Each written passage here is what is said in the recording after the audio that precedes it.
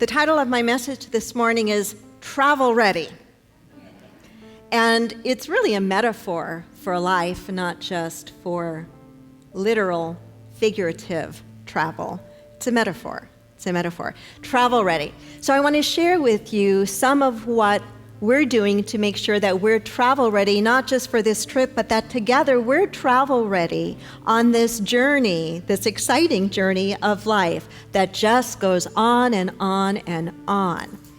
We know in metaphysics that as we practice new ways of thinking and as we practice new ways of being, our lives change. That's basic metaphysics 101.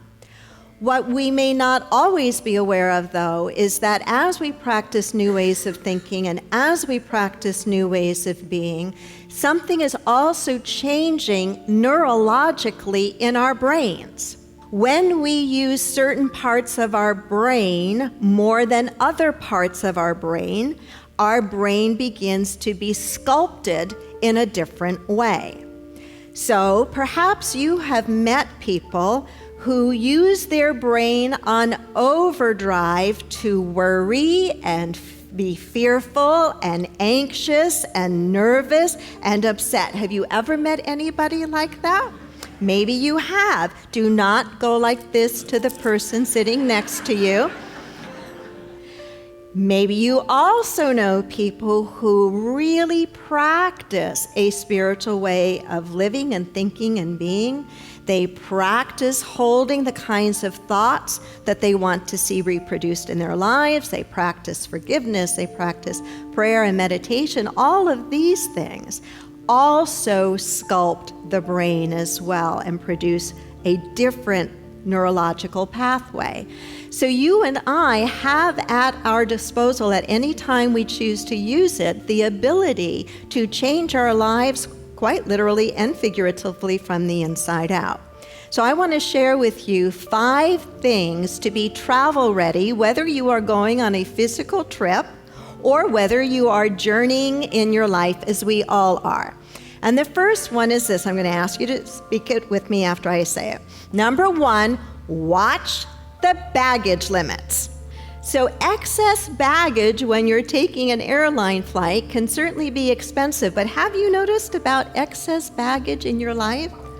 Emotionally, or spiritually, or even physically. You know, why is our burning bowl service such a fun service?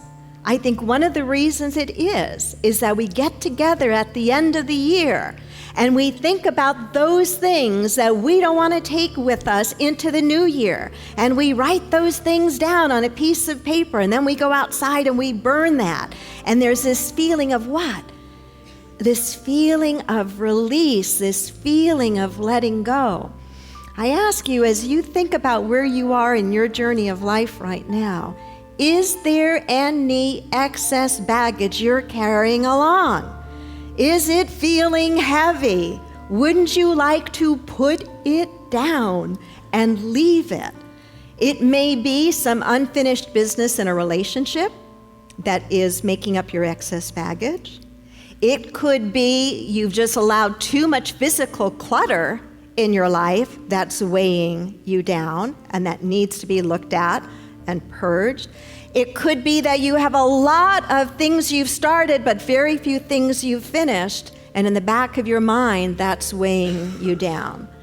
So excess baggage, whether we're talking about taking a trip on an airplane somewhere or journeying through our life, is expensive, burdensome, and tiring.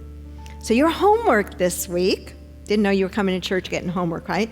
Your homework this week is to just ponder the thought, what excess baggage have I been carrying around?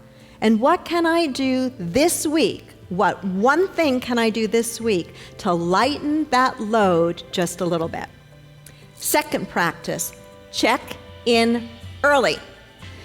There are consequences when we're flying if we do not check in early. There are consequences in life if we do not check in early.